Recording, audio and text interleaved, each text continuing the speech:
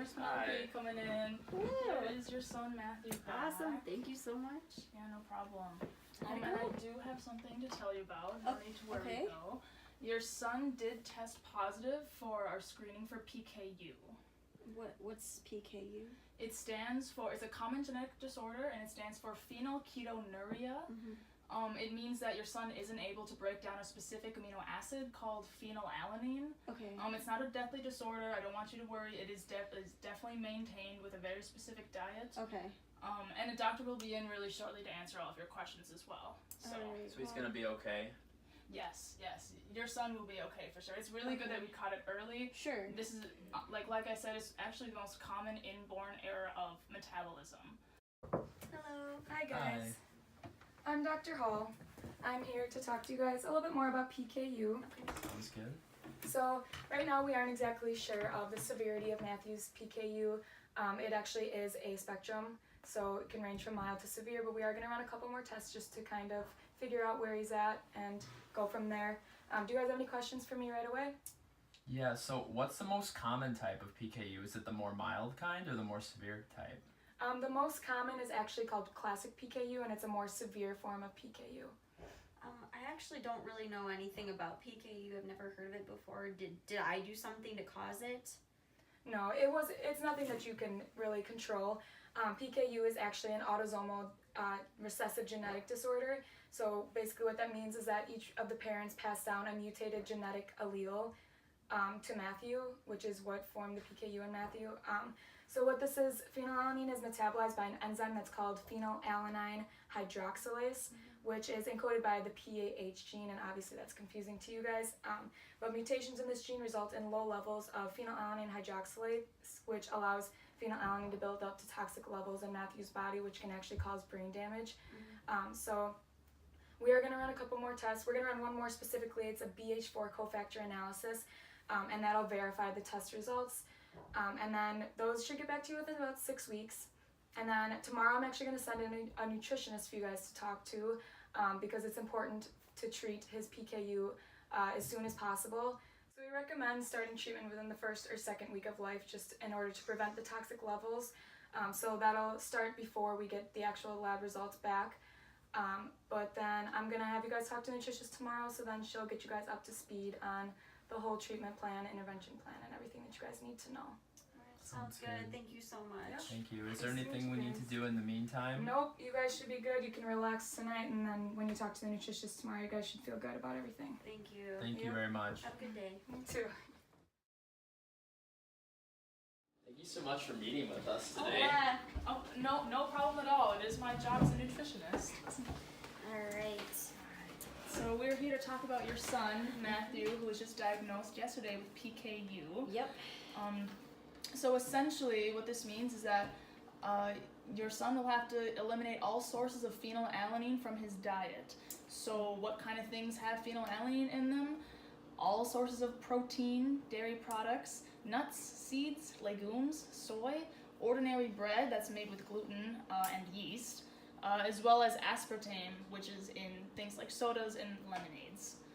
So it's a pretty severe dietary restriction disease that's ahead of your son Matthew here. So, Oh goodness. any questions right away that I can answer? Yeah, we kind of stayed up all night. We were waiting for our meeting with you, but I have some questions. Yeah, it's a lot, and I think like Dr. Hall said, it's mainly the nutritional side of things. So we wanted to make sure we got the gist of what to do with this. We don't want him to have any issues, cognitive issues. So.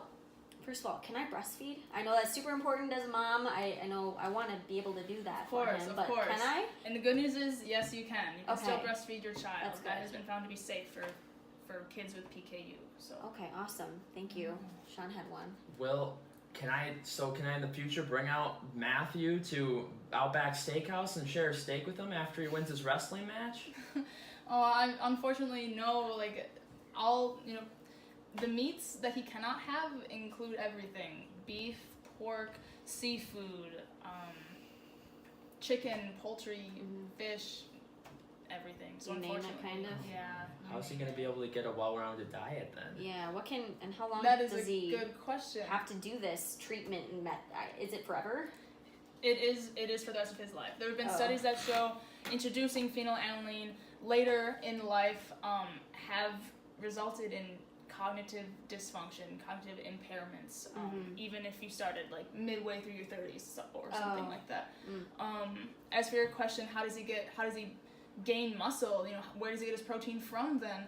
Well, we have formulas, different milks that contain a glycomacropeptide, which is apparently the best tasting form for your son there. They'll have all the essential amino acids except for phenylalanine in there, which is what we're trying to avoid.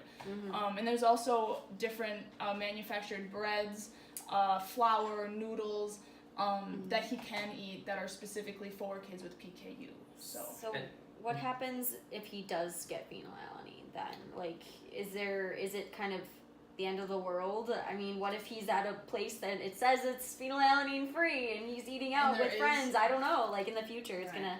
Yeah, no, good question. There we still need to get our test results back to see where your son lies on a spectrum of severity for PKU.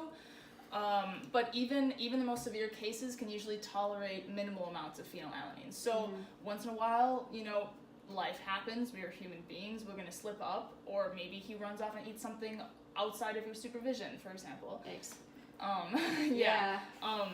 But you know, small amounts usually are tolerated by patients. But again, we'll just have to wait to see the test results. So. And then, like, do you have any resources for us? I mean, I really like reading, but I think it's a lot to learn, and I'm going to have to change the way I cook for our family. So. For sure. I brought some for you right here. This is a book that contains the amount of phenylalanine in all foods that you could ever wish for. So that's awesome. You can have this. So if you're you. ever wanting to cook and you're not sure how much phenylalanine is in a specific ingredient, you can use that book there. That'd and be this awesome. is a couple pages here. It's just a PKU list of foods that you need to make sure you avoid completely versus restrict. And then these are the foods that you can eat, that he can eat as much as he wants. And then these are some free foods such as desserts and stuff. Should still be monitored. But. So will we be able to tell if phenylalanine is in different foods in the grocery store? Will they be on labels? I actually have seen that before. I always thought it was weird because, I mean, it said, like, contains phenylalanine. I'm like, what is phenylalanine and why do I care? But now, obviously, I care. So, I've seen that because I've always kind of made a mental joke about it, but sorry. Nice. Very observant. Thank you. But, I mean, make light of the situation, but yes. Well, anyways, just in recap, this will be a huge lifestyle change for Matthew for the rest of his life, just to prepare you guys for, you know, the rough road ahead. But as we always say as nutritionists, you know, if the gut works, use it.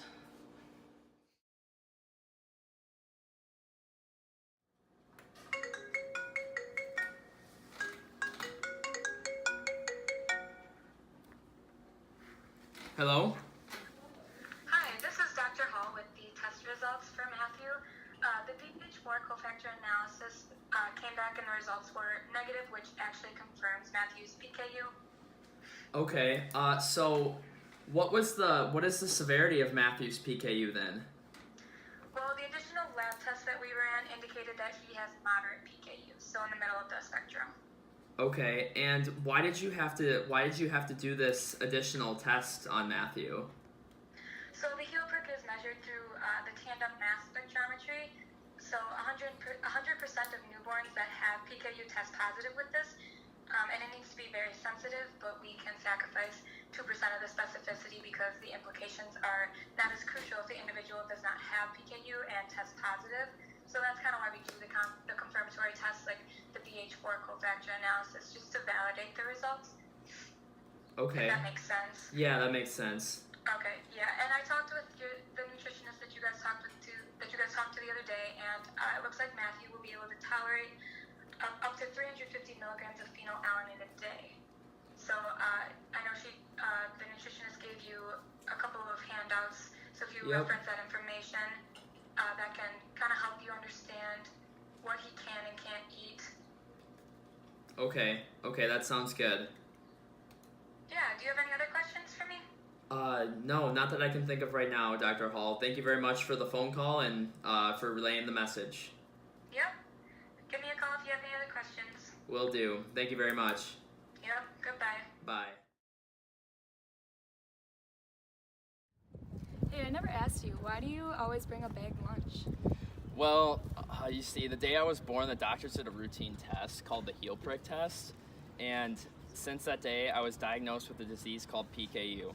So basically, I just can't eat normal food. I pretty much have to just eat fruits and vegetables all day long, and a lot of potatoes. A lot of potatoes. Wow, I didn't know you had that. Is that the disease where you can't eat meat or other protein? Yeah. Oh, wow.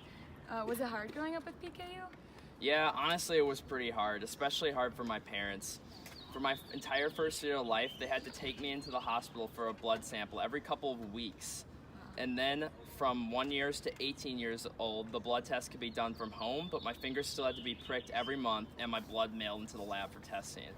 I remember I raised hell on those days, like total temper tantrum. My parents had to chase me around to get my blood, but now that I'm in my 20s, I only need to send my blood in every 3 months, which is a lot better. They just test the amount of phenylalanine in my blood to make sure it doesn't reach toxic levels, which would lead to severe mental or cognitive dysfunction, which for obvious reasons, I try really hard to avoid that. I still have to drink my daily milk formula, though. That will never change. Wow, it seems like you have to do a lot of monitoring for PKU. Are you going to be okay, though? Are there any long-term effects? Well, assuming that I keep eating the way I have been, the only real long-term effect is complications that my bones haven't grown as much as the average person's. So I'm at higher risk for osteoporosis and other weak bone problems. But my mental functioning is of main importance with PKU, which it makes all the more important for having responsible parents and caregivers. I wouldn't be the same Matthew without my parents and their dedication to my dietary lifestyle.